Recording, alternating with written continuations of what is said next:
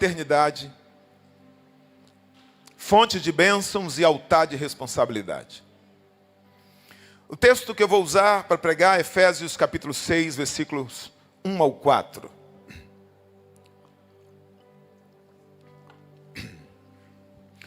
Filhos, obedeçam aos seus pais no Senhor, pois isso é justo. Honre o seu pai e sua mãe, que é o primeiro mandamento com promessa, a fim de que tudo corra bem com você e você tenha vida longa na terra. Pais, não irritem seus filhos, antes criem-nos segundo a instrução e o conselho do Senhor. Vamos ler de novo? Efésios 6, do 1 ao 4. Filhos, obedeçam aos seus pais no Senhor. Diga, obedeçam. Pois isso é justo. Honre o seu pai e sua mãe. Diga, honre. Que é o primeiro mandamento. Diga, primeiro mandamento. Com promessa. Paulo está falando de um mandamento. A fim de que tudo corra bem com você. Diga, tudo corra bem com você. E você tem uma vida longa na terra. Diga, vida longa. Pais, não irritem os seus filhos. Um conselho. Antes, criem segundo a instrução e o conselho do Senhor. Outro conselho.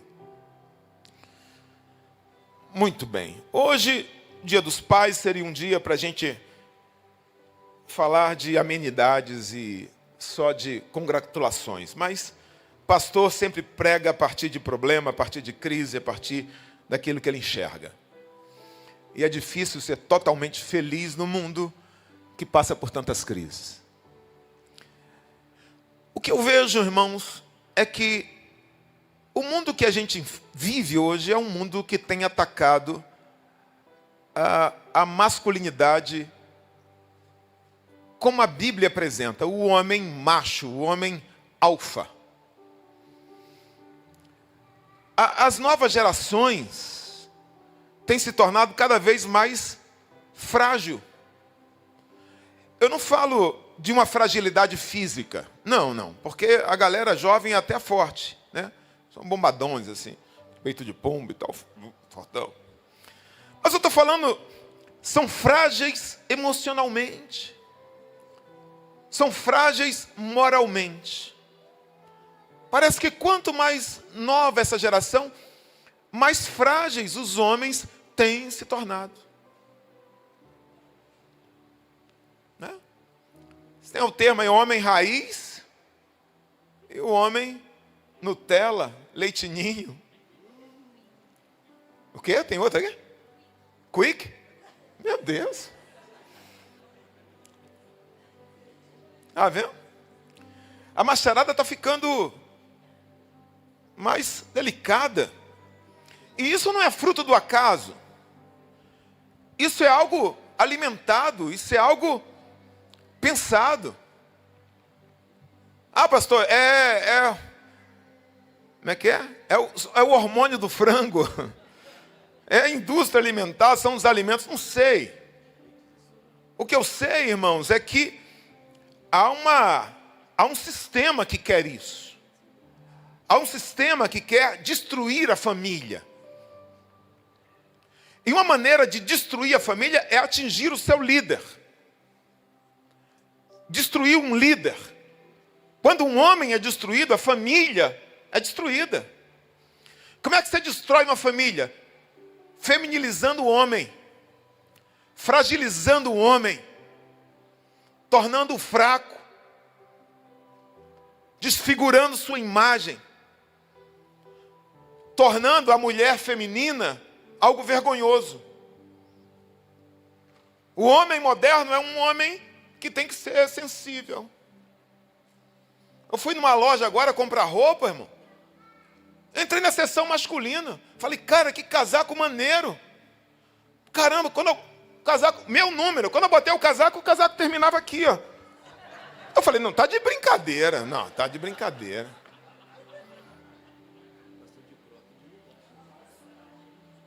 O casaco terminava aqui, cara, no umbigo. Eu falei, cara, eu vou usar isso? Como é que eu vou usar isso, gente? Oi? Oh, não rola, né, cara? Ah, pastor, é porque esse sistema é contra a família. Não, eles são contra a família, não. Eles são contra a sua família. Contra a minha família. Contra a família deles, não. Famílias deles são ricos. Todos estão ricos, tudo tão bem. Agora, eles querem destruir a família. Porque quando eles destroem a família, todo mundo é de todo mundo. Ninguém é de ninguém. Então não tem herança, não tem valores. Nada se constrói. Agora, eles dominam.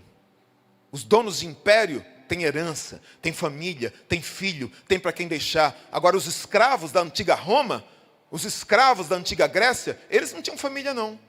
Eles se reuniam e todo mundo era de todo mundo ali, ó. E ninguém tinha herança, ninguém sabia quem era pai, ninguém sabia quem era mãe. E é isso que eles querem construir. Uma sociedade sem pais, sem mães, sem família, sem estrutura, sem um líder. É isso que tem passado. A indústria do entretenimento é isso. Um dia eu estou assistindo desenho animado com minha filha. Você era pequenininha, Letícia. Eu estava vendo Peppa Pig com Letícia. Estava vendo Peppa Pig, daqui a pouco vem o pai da Peppa Pig. Acho que ia colocar um quadro, consertar um carro, alguma coisa de casa. Mas não sabia fazer aquilo. Todo enrolado, todo atrapalhado. O pai da Peppa Pig é o centro da piada. É todo enrolado, não sabe fazer nada. E a Peppa Pig vem, pai bobinho, pai bobinho. Até que chega a mãe da Peppa Pig. A mãe da Peppa Pig é resolvida. A mãe da Peppa Pig é a figura sensata da história. É ela que resolve a parada. É um exemplo. E é assim. Antigamente não, irmão. Antigamente vendia outra imagem de homem. Era o cara que enfrentava o perigo. O cara era forte. Vocês lembram do filme de faroeste? Como é que era? O cara andava de lado. O cara andava assim, ó. Cuspia de lado. Forçava aqui assim e tal. Meio-dia amanhã. Tal, bala, tal. O cara não tinha medo de bala, meu irmão. O cara defendia a família. O cara tinha palavra. Fechava o negócio. O cara fazia assim, ó. Pum, arrancava um bigode assim, ó. Pá, fechava o negócio. Tinha palavra. Era ou não era? Era assim os heróis, meu irmão. Os heróis eram assim. Os heróis de hoje são delicados. Os heróis de hoje são frágeis. São sensíveis e seguros. Tem segurança sobre sua identidade, quem eu sou. Um psicólogo americano chamou essa crise de síndrome do Peter Pan. Homens adultos que se recusam a crescer emocionalmente. Eternos meninos. Peter Pans. Paulo disse assim, quando ele escreve aos Coríntios, ele diz, quando eu era menino, eu falava como menino, eu pensava como menino, eu raciocinava como menino, mas agora que eu me tornei homem, eu deixei as coisas de menino. Mas eles não. Sabe, essa galera tem 1,70 m, pesa mais de 80 quilos, tem barba no rosto, mas ainda fala como menino, ainda pensa como menino, ainda age como menino, porque vive em Neverland, vive na terra do nunca. Sabe qual é o resultado da síndrome do Peter Pan? Um monte de criança que não conhece seus pais. Filhos abandonados. Ou pais emocionalmente imaturos. São pais, são legais, anda de bicicleta com o filho, anda de skate com o filho, joga videogame com o filho. Mas na hora de repreender o filho, na hora de corrigir o filho, de educar o filho, não sabem. Não sabem exercer autoridade, porque se trocam, parecem dois irmãos. Pais que não sustentam seus filhos, porque ainda moram com seus próprios pais, são dependentes. Sabe, querido, ser pai é um chamado, antes de tudo, ao amadurecimento. Ser pai é um chamado a assumirmos o sacerdócio de líder espiritual na nossa casa. Que Deus capacite você, pai, a aceitar esse chamado da paternidade. Você é o pastor, você é o sacerdote, você é o mestre, você é o líder na sua casa. No texto de Efésios que nós lemos, 6, do 1 ao 4, Paulo está abordando especificamente a obediência dos filhos e a responsabilidade dos pais. Diga, obediência dos filhos e a responsabilidade dos pais. Ele diz assim, esse é o primeiro mandamento com promessa. Então, claramente, Paulo está fazendo referência a um mandamento. Paulo fala sobre obedecer e honrar, pai. Ele diz, esse é o primeiro mandamento com promessa. Que mandamento Paulo está falando? Paulo está falando do mandamento de Deuteronômio, capítulo 5, versículo 16. Paulo está se referindo ao Antigo Testamento. E o que é que diz Deuteronômio 5, 16? Diz isso aqui. Honre o seu pai e sua mãe, para que você tenha vida longa e para que tudo lhe vá bem na terra que o Senhor, o seu Deus, lhe dá. Veja, Paulo acrescenta o verbo obedecer. Porque Deuteronômio só tem honrar, né? Honre seu pai e sua mãe. Paulo diz, obedeçam. E depois ele diz, honre seu pai e sua mãe. Ele acrescenta. Há uma diferença entre obedecer e honrar. O honrar de Deuteronômio, aí, tem a ver com algo interno. O honrar aí é algo do coração. A palavra honrar no hebraico, porque o Antigo Testamento foi escrito em hebraico, é atribuir valor. Tem a ver, a palavra tem um sentido de peso, valoração. Por exemplo, o ouro, o metal, a pedra preciosa. É tratar algo como precioso, é tratar algo como valioso. Então, honra teu pai, é isso aí. Tenha um sentimento de valor, de valoração, de importância, mas é algo interno. Paulo, quando vai escrever Efésios, Paulo diz, obedeça. Então, Paulo diz algo prático. Obedecer, já em grego, Novo Testamento, é acatar ordens. Ele diz, cumpra as ordens, acate, obedeça o que os seus pais mandam. O que Paulo faz? Paulo dá um sentido prático. Paulo diz assim, olha, a honra não pode ser apenas interna. Essa honra precisa ser exteriorizada. Precisa vir para o lado de fora também. Quer saber onde começa a vida cristã? Alguém diz, pastor, eu sou crente. E como é que começa a ser crente? Como é que as coisas começam no evangelho? Começa obedecendo, irmão. Mas para eu obedecer, como é que eu tenho que obedecer? Por que eu tenho que obedecer, irmão? Você não precisa entender. É igual o cego. Como eu fui curado, eu não sei. Só sei que eu era cego e agora eu vejo. É isso aí. Evangelho é prático, é obedecer. Se a Bíblia diz assim, dê um passo para frente, 2 passos para a direita, passo por debaixo da mesa e diga um aleluia, faça isso. Mas por que eu tenho que fazer? Não importa, irmão, obedeça. Não faça sexo antes do casamento, porque isso é pecado. Mas se a gente se ama, pastor, por que não pode? Porque a Bíblia diz que é pecado. Não vos ponhais em julgo desigual. Não vá se casar com pessoa que não é crente. Pastor, mas por que? Ele é legal, ela é legal. Porque não pode? Porque a Bíblia diz para não fazer isso, irmão. Entre sua opinião e a Bíblia, ficou a Bíblia. Primeira coisa, obedeça. A primeira lição de quem começa a Bíblia não é ABCD. Não é ABCD, é obedecer. A prioridade nossa no relacionamento com Deus é a obediência. Mas é possível obedecer sem honrar. Você pode pedir para um filho, varre a casa. E ele vai varrer a casa com o coração fechado. Lava a louça. Vai lavar a louça com cara feia. Sem vontade. Sem colocar o coração. Sim ou não? Mas está obedecendo, não está? Só não está honrando.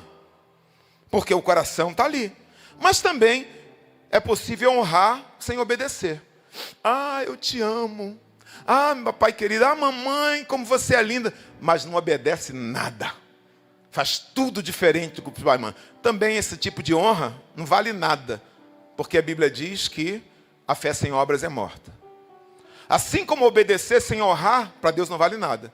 Obedecer a Deus de cara feia, sem um coração, a Bíblia diz Deus vê o coração, também não vale nada. Se você quiser ter acesso às recompensas que esse texto aqui promete, eu preciso fazer 2 coisas. O quê? Diga, obedecer e honrar. Diga obedecer e honrar. Paulo está dizendo cumprir os mandamentos e depois de cumprir os mandamentos, cuidar de fazer isso de todo o coração. Como eu tenho feito isso? Como pai. Como eu tenho exercido esse mandamento como pai. Como eu tenho sido como filho. Mas pede. Pode ser? Mas pede. Como eu tenho exercido esse mandamento como filho. É algo que a gente tem que se perguntar. Eu tenho honrado meu pai, eu tenho honrado minha mãe, eu tenho obedecido esses mandamentos.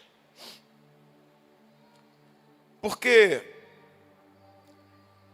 há duas realidades aqui, sempre que a Bíblia fala de pai, paternidade, a gente tem que pensar em duas realidades. A realidade física e a realidade espiritual. Pai biológico e pai espiritual. Porque essas são duas realidades. Amém? A Bíblia sempre vai tratar disso, desse tipo de paternidade. Pais biológicos são aqueles que geram a vida, aqueles que nos dão a comida, que nos põem do mundo, né? São os nossos pais que nos dão um sobrenome, que nos formam culturalmente, nos dão educação. Mas tem pai espiritual também. Os pais espirituais. Aqueles que nos geraram em Cristo, que nos geraram na fé, que nos ensinaram o caminho, nos ensinaram a servir e amar a Deus. 1 Coríntios 4,15, Paulo diz isso. Vocês podem ter 1000 tutores, mas vocês não têm muitos pais, não. Eu gerei vocês por meio do Evangelho, diz Paulo. Paulo diz assim, Coríntios, eu sou pai espiritual de vocês. Paulo diz para Timóteo, meu filho. Paulo diz para Tito, você é meu filho. Porque Paulo tinha Timóteo e Tito como filho. E o que significa ser filho? Ser filho significa ter um tipo de acesso que o servo não tem. Vestir um tipo de roupa que o servo não veste. Quando aquele filho pródigo volta para casa, ele queria ser tratado como um servo. O pai disse, não, coloca o anel, calça os pés dele. Ou seja, ele recebe um tipo de tratamento diferente do servo, porque ele era filho. Ser filho é ter um acesso, um tratamento, é receber um tipo de conselho que o servo não recebe. Conselho do coração. O servo recebe ordens. Sabe? E muitas vezes na vida, nós vamos errar muito. Por não valorizarmos, não honrarmos, não obedecermos conselhos de um pai. Quer seja um pai biológico, quer seja um pai espiritual. Ah, eu já sei, irmãos. Conselho é algo muito importante de um pai. Muito importante. Mas também nós vamos lidar na vida com servos e filhos. E há uma diferença muito grande, porque o servo é aquele cara que tem suas próprias ideias, aquela pessoa que tem seu jeito de pensar. O servo, o pastor encontra, sim. Ele encontra. O servo não foi gerado. O servo é encontrado. Encontra numa igreja, você encontra no ministério. E ele tem sua própria maneira de pensar. Mas o filho não. O filho, você gera. E o filho, ele vai ter um coração que está alinhado com você. É alguém que procura ou se esforça para alinhar o coração com você. Ter o mesmo sentir, ter o mesmo pensar, ter uma mesma direção. Então, todo servo tem um desejo. Qual o desejo, pastor? O servo quer que o Senhor parta. O servo quer que o Senhor vá embora. Quer, pastor? Sim. O servo quer que o líder morra. Ele por quê? Porque ele está ansioso para deixar de ser servo. Todo servo sonha em ser senhor também. Todo servo sonha em ter esse título, em ter sua própria casa, em mandar também. Porque no fundo, ele odeia ser servo, ele atura as ordens do outro. Mas ele não ama aquela pessoa. É um chefe. Não é um pai espiritual. Mas o filho não. O filho não tem essa pressa. O filho não, o filho, ele quer aproveitar o máximo o seu pai. O filho não se sente diminuído por receber ordens. O filho não se sente ressentido quando ele é chamado a atenção, quando ele é corrigido. Também ele não trata com descaso, com desdém. Ele fica triste, mas ele nunca olha para o pai com ressentimento. O filho sempre recebe com amor. Por isso o servo, todo servo, ele vai ficar na casa enquanto lhe convém, porque ele é servo por força das circunstâncias. A hora que ele puder ter sua própria casa, ele deixa de ser servo. A hora que alguém lhe der um salário melhor, a hora que alguém lhe der condições melhores, ele deixa você e ele vai para outro lugar. Porque ele não é filho, ele é servo. Ele é temporário. Ele está ali por questão circunstancial. É temporário. Mas filho não. Todo filho permanece. Quem disse isso, pastor? Jesus. João 8,35, ele disse: o escravo, ou servo, não tem lugar permanente na família, mas o filho pertence a ela para sempre. Esse é o filho. São várias as diferenças entre servos e filhos. Eu escrevi isso aqui há um tempo atrás, numa outra mensagem, que era que eu ia pregar. Essa daqui é nova, eu preparei ontem, mas eu resolvi trazer isso aqui. Diferenças entre servos e filhos. Aí eu vou ter que ler, me permitam. O objetivo do servo é ser reconhecido. O objetivo do filho é ser como o pai. O servo se preocupa com o serviço. O filho preocupa-se em agradar o pai. O servo tem que ser útil para ser valorizado. O filho apenas precisa se aproximar do pai para ser amado. O servo serve, o filho ama. O servo veste o uniforme para se identificar com seu senhor.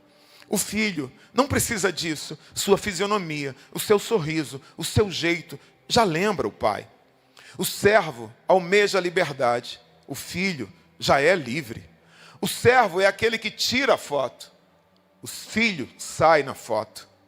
O servo recebe pagamento. O filho é dono. O servo pode deixar de servir. O filho jamais deixará de ser filho. Servos geram servos. Filhos geram herdeiros. O servo prepara comida. O filho se assenta à mesa com seu pai. O servo exige direitos. O filho pede ao seu pai. O servo cobra pelo que produziu. O filho toma posse do que é seu por herança. O servo recebe brindes. O filho ganha mimos. O servo que se faz como um filho, de fato se torna um filho.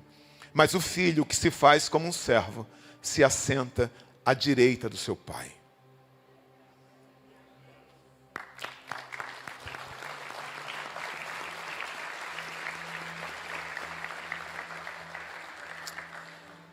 Paulo diz: filhos, obedeçam e honrem seu pai e sua mãe, a fim de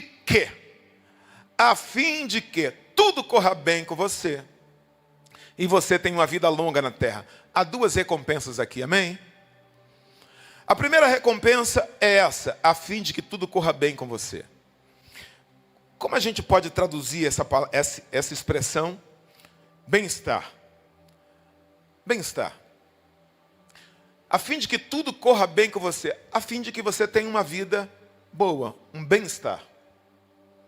Quem honra pai e mãe vai desfrutar de prosperidade. Eu fui estudar esse termo, a fim de que tudo corra bem com você. A ideia aqui, primeira ideia, tem duas ideias aqui. Tem 4 ideias, mas o tempo não daria. Então, eu trouxe as duas primeiras. Primeiro, prosperidade. É isso que o texto está dizendo. É isso que significa.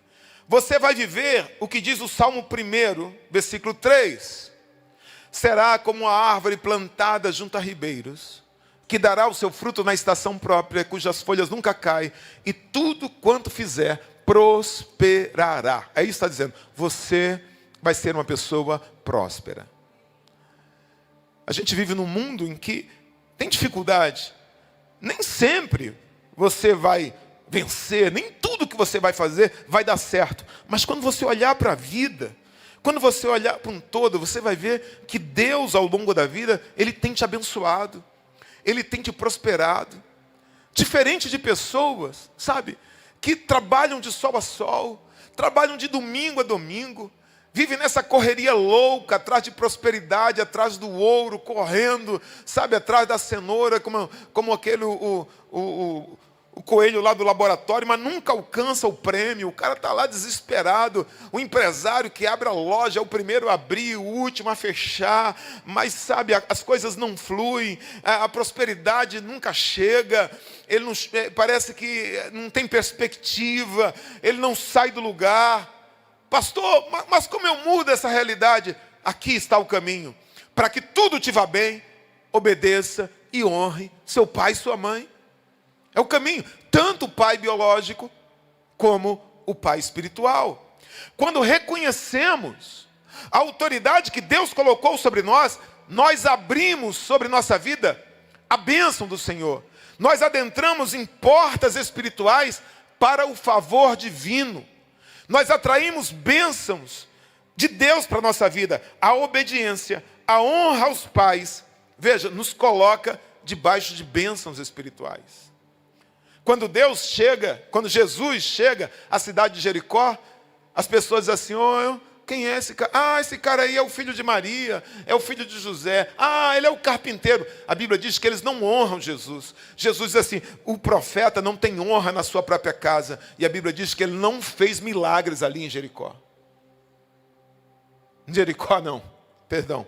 Em Nazaré. Ele não fez milagres em Nazaré. Por quê? Porque as pessoas conheciam Jesus. Ele não foi honrado em Nazaré. Mas ele queria fazer milagres. Por quê? Porque a desonra impede a bênção. A desonra impede o fluir. Mas a honra abre os céus. A honra atrai os milagres. A honra atrai a prosperidade. Quando você cumpre essa palavra, Deuteronômio 28:12 se cumpre. O Senhor abrirá o céu, o Senhor abrirá o seu bom tesouro, para enviar a chuva à terra no seu devido tempo, para abençoar o trabalho de suas mãos. Eu profetizo isso, que haverá chuva, que vai irrigar a terra, que faz frutificar. Deus vai liberar um tempo de prosperidade sobre sua vida, sobre sua empresa, sobre sua casa. Você recebe? Diga: eu recebo. Segunda coisa que eu aprendo aqui com essa palavra, significa uma vida vitoriosa. Para que tudo te vá bem, significa prosperidade e significa ter uma vida vitoriosa. Porque não pode tudo bem se eu viver uma vida de miséria e se eu viver uma vida de derrota. Tudo ir bem significa ter uma vida de prosperidade e ter uma vida de vitória. É viver o que diz Romanos 8:37. Em todas essas coisas, somos mais que vencedores, por meio daquele que nos amou. Você é mais que vencedor, meu irmão.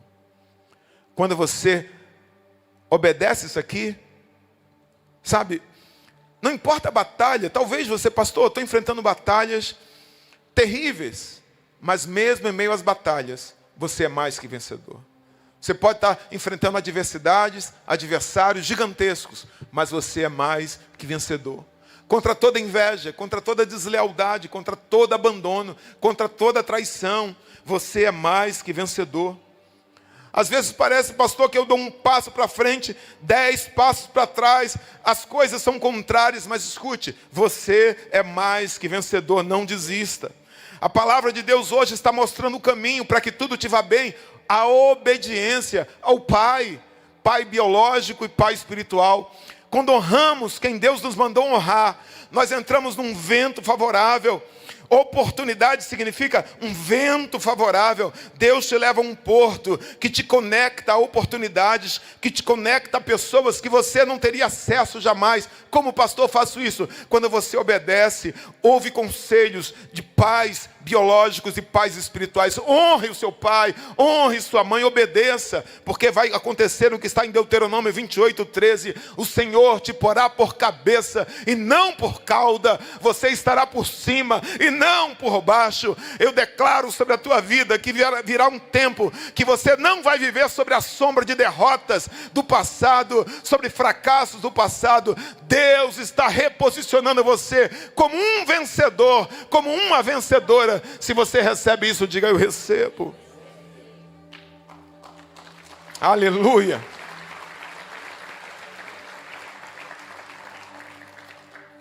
Essa é a primeira recompensa, bem-estar. Mas o texto continua. Ainda a segunda recompensa, longevidade. Longevidade. Ele diz, para que tudo te vá bem, e depois ele diz, e você tem uma vida longa na terra. Longevidade. Longevidade significa, primeiro, ser preservado em tempos de perigo. Ora, os perigos fazem parte dessa vida. Amém, irmão? Perigo o tempo todo.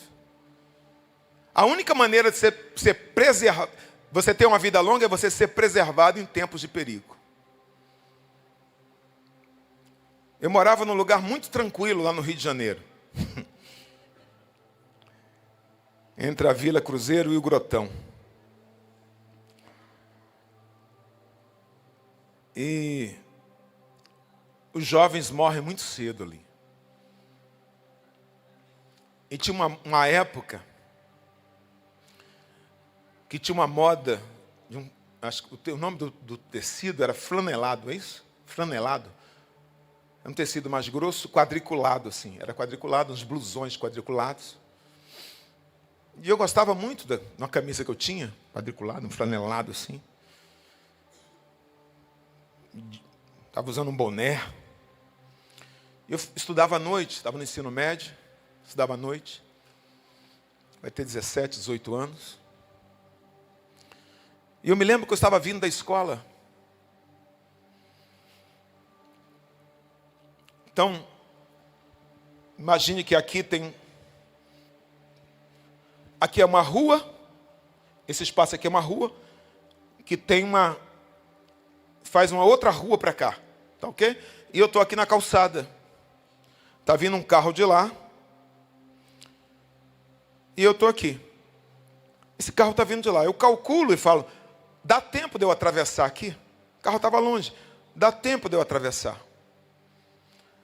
E eu atravesso. Quando eu atravesso, esse carro faz a curva aqui na esquina e para ao meu lado. Eu estava na esquina e o carro para ao meu lado.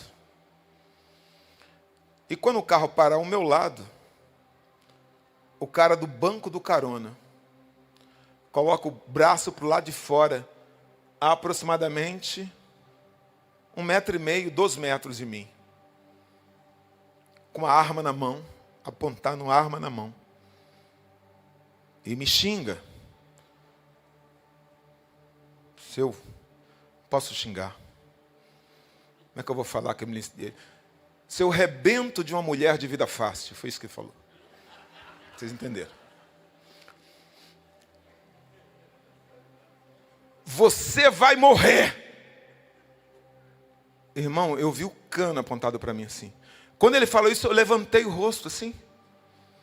E tinha um poste na outra esquina. E o poste clareou meu rosto. Quando o poste clareou meu rosto, o cara do banco de trás empurrou ele e falou, não é ele não. O cara fez assim com a mão. Aí o carro arrancou. E eu fiquei assim. Não saiu nada não. Por pouco. Mas eu não consegui dar um passo por uns 2 minutos. Porque foi por muito pouco.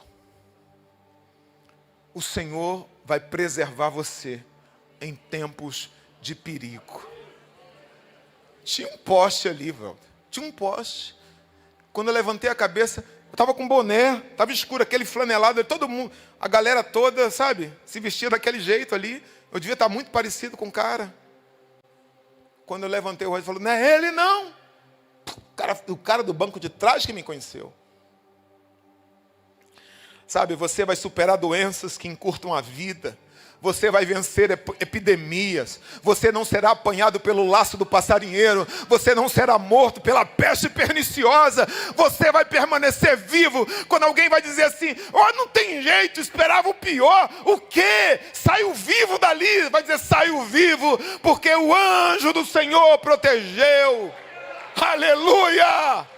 Glória a Deus! Aleluia! Hoje em dia, irmão, o cara vai fazer uma cirurgia, de apêndice, o cara vai operar a amígdala e morre. Não é por causa da cirurgia não, por causa da tal chamada superbactéria. Superbactéria. Meu pai ficou internado um tempão. Tudo bem, lutando, pegou uma bactéria, ponto. Não foi a doença não, o que matou foi a bactéria. Superbactéria. A gente vive em época de doenças genéricas. A criança fica doente, o médico vai examinar é o quê? Virose. O médico não sabe o que é. Mutações virais. Que de repente uma mutação geral dizima uma parcela da humanidade inteira. Todo mundo tem que começar a usar máscara. São tempos difíceis. Sabe, sem falar da violência urbana, que eu acabei de contar. Alto índice de morte no trânsito. Doenças emocionais, altos índices alarmantes, mas se um dia for preciso, você vai experimentar o que está no Salmo 41:3. Salmo 41:3 diz: o Senhor o sustentará no seu leito de enfermidade e da doença o restaurará. E o caminho qual é, pastor? Você tem uma vida longa, é a obediência ao Pai, tanto biológico como espiritual. Quando honramos quem Deus nos mandou honrar, nós nos colocamos debaixo de cobertura espiritual. Amém? Tem uma mão de Deus sobre a nossa vida. Essa cobertura nos guarda em tempos de perigo. Quanta gente, irmão, está fora da igreja. Não precisa ir para o culto, não. Não precisa ir para a igreja. Esse negócio de congregar é coisa do passado. Eu vou ser crente sozinho. Irmão, você acha que Satanás tem medo de você? Você sozinho não pode prevalecer contra as portas do inferno. É a igreja que pode. Você precisa estar debaixo de cobertura, você precisa estar debaixo, você precisa estar ligado ao corpo, é o corpo de Cristo, é a igreja que marcha triunfante, você precisa estar debaixo de cobertura. Você pode dizer amém? Se você crer e obedecer, você vai dizer como salmista no Salmo 118:17: não morrerei, mas viverei e contarei as obras do Senhor. Eu declaro profeticamente um sopro de vida de Deus sobre a tua vida, sobre a tua casa. A enfermidade, a doença não vai matar, não vai tirar os teus. Haverá vida longa. Esse problema não é para a morte, mas é para a glória de Deus. Se você crê, diga: eu creio, eu recebo. Quem honra pai e mãe, 2, terá suas forças renovadas diante da dificuldade. Isaías 40:31 diz: os que esperam no Senhor renovam suas forças, voam alto como águias, correm e não se cansam, caminham e não se fadigam. Você vai ver jovens se cansando, você vai ver pessoas com grandes chance de vencer na vida. Você diz: rapaz, esse cara vem de boa família, tem boa aparência, tinha tudo para dar certo, desistindo de projetos. Você vai ver pessoas com talento, com capacidade, fracassando no ministério. Mas você não vai desistir, você não vai largar o arado. Sabe por quê? Porque Deus vai renovar as tuas forças, porque Deus vai te dar graça. Aleluia. Você não é daqueles que desistem, daqueles que retrocedem e se perdem. Você é daqueles que perseveram e são salvos. Aleluia. Deus não te deu espírito de fraqueza, mas Deus te deu espírito de poder, de amor e de equilíbrio. Você poderá viver longos anos, mas vai viver apenas longos anos. Você terá saúde, você será produtivo, você não será enfermo, dependente dos outros, encostado num canto. Não, você vai viver o que diz o Salmo 92:12-14: o justo florescerá como a palmeira, crescerá como o cedro no Líbano, na velhice ainda darão frutos, serão viçosos e florescentes. Vem anos abençoados sobre sua vida. Eu profetizo um tempo de vida plena, de vida frutífera e de vida significativa. Os teus filhos vão querer você por perto, as pessoas vão querer você por perto, porque você vai ser produtivo. Aleluia. Você pode dizer amém?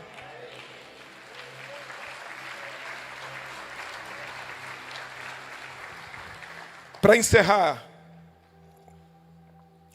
o texto termina com 2 versículos, com 2 conselhos, melhor falando. Pais, não irritem os seus filhos, e pais, criem-nos segundo a instrução e o conselho do Senhor. Versículo 4. Primeiro conselho, não irritem seus filhos. Como é que um pai pode provocar a ira nos filhos? Com exigências injustas. Exigindo coisas que não pode exigir. Você tem que correr igual o Usain Bolt. Você tem que nadar igual o Federer. É o Federer que nada? Phelps. Michael Phelps. Isso, Michael Phelps. Eu vi recentemente agora. Você tem que pregar igual o T.D. Jakes. Você tem que ser bom em matemática igual fulano. Você tem, não. Exigências absurdas. Ira, filhos, você tem disciplinas severas demais. Sabe? Tira a comida. Violência física. Negligência emocional.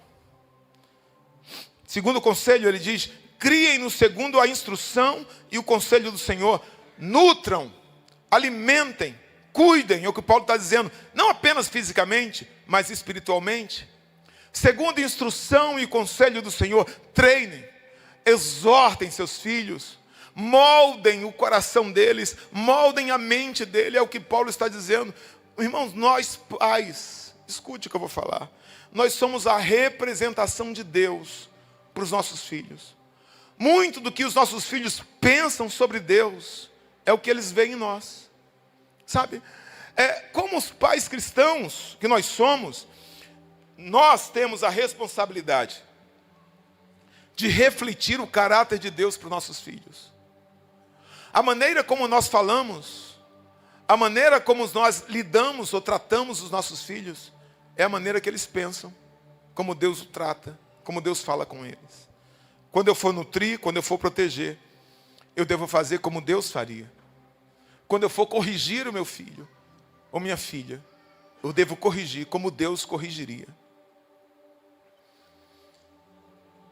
É sua responsabilidade. A igreja não faz isso. A igreja espiritualiza. A escola escolariza. Educa. A babá cumpre o que você manda. Quem forma o filho é você, pai. É você. A internet não faz isso. Nossa autoridade não pode ser confundida com autoritarismo. Meu pai era assim, meu pai não conversava, quando meu pai conversava era para corrigir, é outro tempo. Você tem que colocar no colo, você tem que abraçar, você tem que dizer que ama, porque outra pessoa fará isso. Não desconte suas crises, não desconte suas revoltas neles. Instrua com paciência, corrija com firmeza, seja duro se for preciso, mas tempere tudo isso com amor. Não seja provocador de ira. Pais ausentes, que não estão nem aí para o filho, provocam ira. Pais passivos, que não ligam para o problema que está corroendo a família. Pais negligentes, que se negam a cumprir o seu papel, são provocadores de ira. Conclusão. Nós temos um compromisso como pai, crentes que somos, de ir além da formação acadêmica, intelectual, profissional dos nossos filhos. Nós não podemos estar preocupados apenas em tornar os nossos filhos homens bem-sucedidos e mulheres bem-sucedidas. Nós não podemos ter essa mente limitada, sabe? Pode subir. Materialista. Não, pastor, meu filho estuda numa boa escola. Meu filho, hoje de manhã eu falei, pais que acordam seus filhos 7 da manhã, diz assim: meu filho, você tem que ir para a escola, porque você tem que aprender matemática, você tem que aprender português, você tem que aprender geografia. Acorda 6 da manhã. Por quê? Porque é importante aprender essas coisas para ser alguém na vida. Mas domingo, não. Domingo deixa dormir. Domingo não quero incomodar. Sabe o que você está dizendo? Para ser alguém na vida não é importante aprender a palavra. Não é importante conhecer Deus. Eu estou dizendo que o reino de Deus não deve ser buscado em primeiro lugar. Eu tenho que me perguntar como eu tenho criado o meu filho, a minha filha. Se eles estão sendo criados para serem pessoas tementes a Deus, pessoas piedosas, pessoas de fé, pessoas crentes, fiéis à palavra, que buscam o reino de Deus em primeiro lugar. Porque se a gente conseguir a primeira parte, formamos os nossos filhos, eles são prósperos, são pessoas bem-sucedidas. Mas se a gente falhar na segunda parte, em tornar eles homens e mulheres de Deus, nós falhamos como pais, crentes. Porque o mundo pode medir sucesso, irmão, por conquistas, por realizações, por diplomas. O mundo pode medir sucesso por isso, mas nada disso importa para os céus, nada disso importa para Deus. Se os nossos filhos não amarem ao Senhor, se eles não forem fiéis a Ele, o que adianta conquistar muitas coisas aqui na terra e ir para o inferno? Que o Dia dos Pais seja um dia de comemorações. Amém. Que tenha sido um dia de comemorações. Que você possa ter comido bem com sua família, um bom churrasco, não sei se teve bolo, sobremesa, amém, amém, amém, presentes, passeios, amém, tudo isso é válido, mas que também seja um dia de renovação, de compromisso. Eu quero que você fique de pé, por favor. Um dia de renovação do seu compromisso como pai. Conclamo você, pai, a assumir esse compromisso. Como pai, a renovar. Qual, pastor? De guiar os seus filhos no caminho de toda a verdade, que é Jesus. Eu sou pai. Pastor, eu tenho dado conselhos para o meu filho sobre várias áreas, mas eu preciso assumir o papel de pastor da minha casa, de líder espiritual da minha casa, de formar o caráter de Cristo no meu filho. Isso cabe a você. De sustentá-los não apenas com alimento que nutre o corpo, mas sustentá-los com alimento que nutre o espírito, com a palavra. De prepará-los não apenas para ter sucesso nesta vida, mas para viver em uma eternidade com Deus. Que o Senhor treine as tuas mãos, os teus braços para esta guerra. Que o Senhor fortaleça você para estender esse arco e lançar os seus filhos como flechas certeiras e acertar o alvo. Que eles acertem o alvo, que eles atinjam o objetivo, que eles sejam produtivos em Deus, que eles alcancem lugares altos. A Bíblia diz: os nossos filhos serão poderosos na terra. Que essa palavra se cumpra na sua vida. Estou pregando aqui, eu estou vendo várias pessoas emocionadas. Porque quando a gente prega sobre paternidade, e eu atendo em gabinete, e eu vejo muitas vezes as pessoas com revolta na vida. Muitas mulheres que não conseguem estabelecer um relacionamento duradouro, não conseguem confiar em alguém. Muitos homens que não se sentem autorizados a prosperar, a crescer, a se desenvolver. A Bíblia diz, escute, há um tempo para nascer e há um tempo para morrer. Deus determinou esse tempo, mas nós podemos encurtar esse tempo. Quando desobedecemos pais, tanto biológico como espiritual. Mas quando obedecemos, é isso que a Bíblia está dizendo, você vai estender esse tempo com uma vida próspera e com uma vida abençoada, com uma vida vitoriosa. Mas para isso, às vezes, é preciso em algum momento dizer: Deus, eu preciso de cura. Eu preciso de restauração. Ou como pai, dizer: Deus, eu preciso me posicionar. Eu preciso corrigir essa rota. Eu preciso corrigir algo. Eu quero orar por você. Se você achar que, pastor, eu quero ficar no meu lugar, amém, pode ficar, eu vou orar por você. Mas se você disser: pastor, eu quero que o Senhor imponha as mãos sobre mim,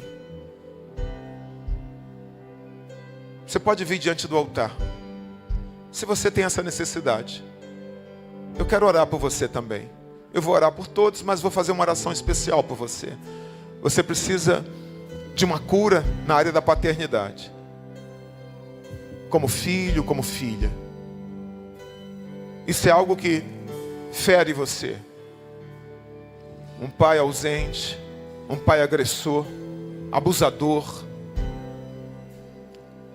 Você precisa de algo da parte de Deus, uma cura. Eu quero orar por você.